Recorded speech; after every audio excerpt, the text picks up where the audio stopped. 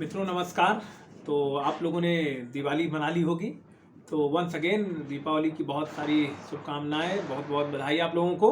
तो आज हम लोग फिर से पढ़ाई की तरफ लौटते हुए चर्चा करते हैं किसकी, भारतीय राज्य व्यवस्था एवं संविधान यानी इंडियन जो पॉलिटी है।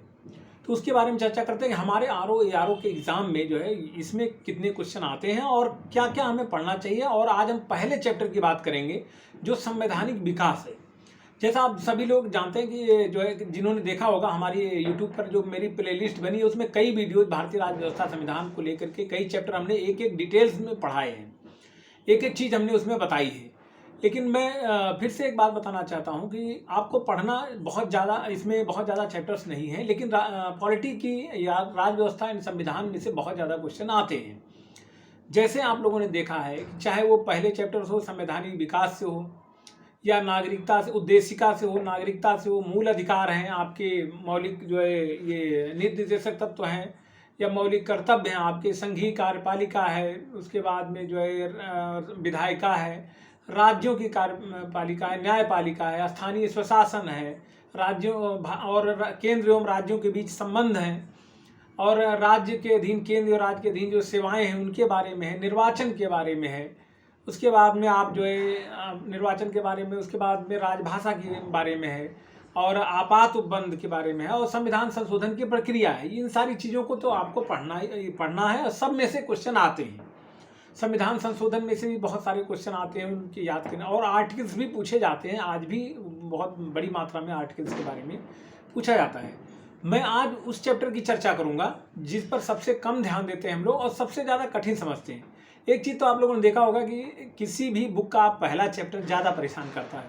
यहाँ भी इंडियन पॉलिटी में भी यही बात है कि जो भारतीय ये संवैधानिक इतिहास है उसमें जो है हम लोग काफ़ी परेशान होते हैं।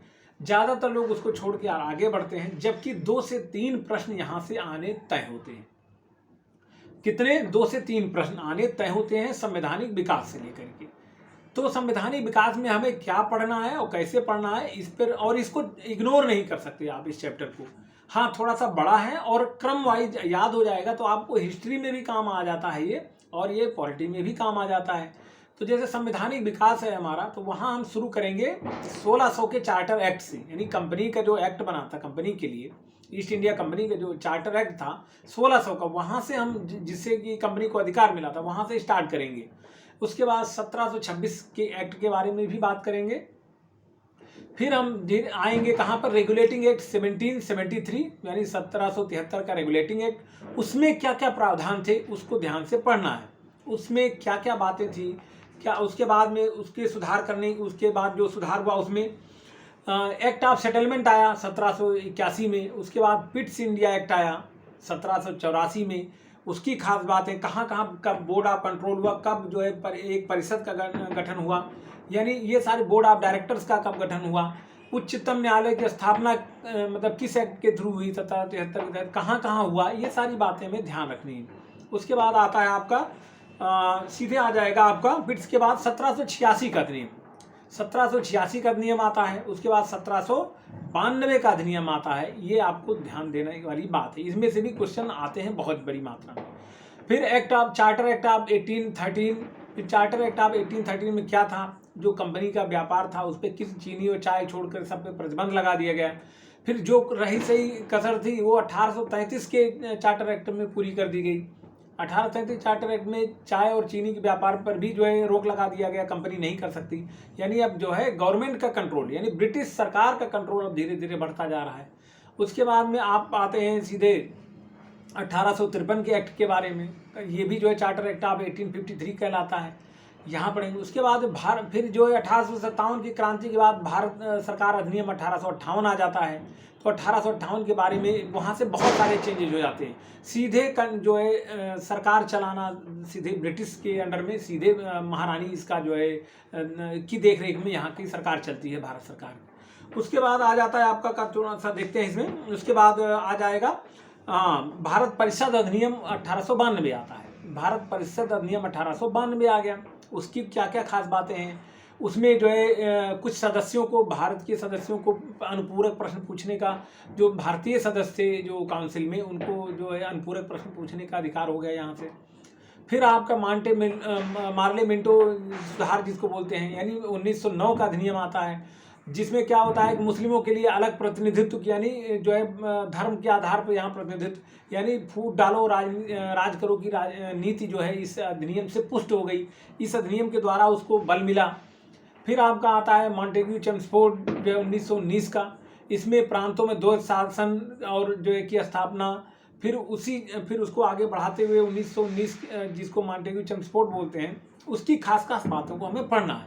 फिर हम थोड़ा सा आगे बढ़ते हैं, आप जो है आगे बढ़ेंगे तो हम आ जाएंगे सीधे 1935 पे। 19 भारत सरकार का अधिनियम जो बना था, जिसके 1935 का, जिसके आधार पर आज भी ज़्यादातर उसके प्रोविजंस हमारे यहाँ चल रहे हैं। भारत सरकार अधिनियम 1935 में क्या क्या खास बात थी वो हमें ध्यान से पढ़ना है। जैसे केंद्र में द्वैध शासन की स्थापना की समाप्ति, इस प्रांतों में द्वैध शासन की समाप्ति, केंद्र में द्वैध शासन की स्थापना, और जो है इसमें ये सारी बातें आ जाती हैं। फिर आप 1937 का चुनाव आ जाता है। 1937 में जो आम चुनाव हुए थे भारत में, उसके बारे में थोड़ा सा देखते हैं। प्रांतीय चुनाव, फिर कितनी सरकारें, कहाँ कहाँ कांग्रेस की सरकार बनी, कहाँ पर मुस्लिम लीग की सरकार बनी, कुल कितने राज्यों में जो है सरकार बनी कांग्रेस की, ये पूछा जाएगा। फिर अगस्त प्रस्ताव आ जाएगा 1940 का। अगस्त प्रस्ताव के बाद में आपका सीधे क्रिप्स मिशन आ जाएगा। क्रिप्स मिशन 1942, उसके जो प्रोविजन से उसके खास खास बातें वहाँ भी पढ़ना है आपको। तो एक क्रम से जो चीज़ें चल रही हैं उस क्रम से हमें आपको चलना है। फिर भारत छोड़ो आंदोलन कहाँ से शुरू हुआ, कब शुरू हुआ, 1942 में क्या क्या उसके महत्वपूर्ण घटनाक्रम रहे, वो भी हमें थोड़ा सा यहाँ भी देखना है, पॉलिटी में भी और वहाँ पर हिस्ट्री में भी, मॉडर्न हिस्ट्री में भी ये चीज़ें हैं। उसके बाद आपका आता है बेबल योजना के बाद सीधे आ जाता है आपका शिमला सम्मेलन जो 14 जून 1945 को हुआ था। उसके बाद आ जाएगा आपका सीधे कैबिनेट मिशन आ जाएगा 1946 का। फिर अंतरिम सरकार का गठन आ जाएगा। अंतरिम सरकार के गठन के बाद में जो है संविधान सभा का गठन आ जाएगा, संविधान सभा बनी। फिर माउंटबेटन योजना आई जिसके आधार पर भारत पाकिस्तान का बंटवारा हुआ। फिर भारतीय स्वतंत्रता अधिनियम 1947 आ जाता है, वहाँ पढ़ेंगे। फिर संविधान का जो गठन हुआ उसमें कौन कौन लोग शामिल थे, क्या समितियाँ थी, कैसे कैसे ये चीज़ें हुई, उन सब चीज़ों को भी हमें पढ़ना होगा। तो कुल मिलाकर के हम शुरू करते हैं 1600 के चार्टर एक्ट से और पहुंच गए कहाँ पर, संविधान का गठन, संविधान कैसे हमारा बना और कब लागू हुआ, क्या क्या चीज़ें इसमें खास बात थी, कौन कौन से लोग संविधान किस किस समितियों में शामिल थे। तो इतना सब जब हम आते हैं 1600 लेकर के 1726 का एक्ट आते हैं, 1773 के रेगुलेटिंग एक्ट आते हैं, फिर आते हैं आपका पिट्स इंडिया एक्ट आते हैं।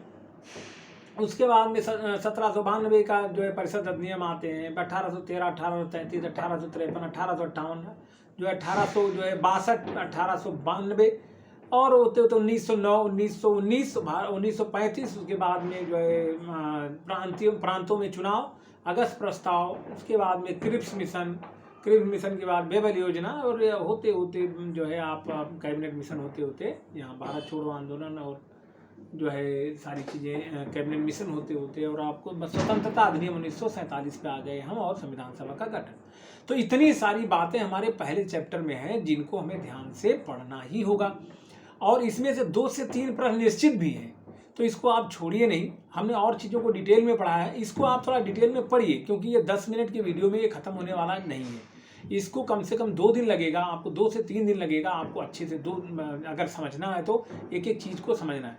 इस चैप्टर को इग्नोर मत कीजिएगा, क्योंकि इसमें 2 से 3 प्रश्न निश्चित है, और कई बार आप अगर पढ़ेंगे तो मुझे नहीं लगता कि इस जो है चैप्टर में कोई परेशानी होने जा रही है।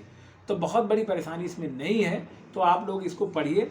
और जो मेरे जो प्लेलिस्ट में जो मैंने पॉलिटी के अन्य वीडियो बनाया उसमें मैंने पढ़ाया है, एक एक लाइन पढ़ाया है, उसको आप चाहें तो देख सकते हैं। उसके अलावा मैं अगले वीडियो में पॉलिटी से संबंधित और क्या क्या चीज़ें हो सकती हैं या ज्योग्राफी से संबंधित किसी चैप्टर को लेकर आऊँगा, और उसको आपको निश्चित तौर पर उसमें से जो भी जानकारी होगी, जानकारी मिलेगी।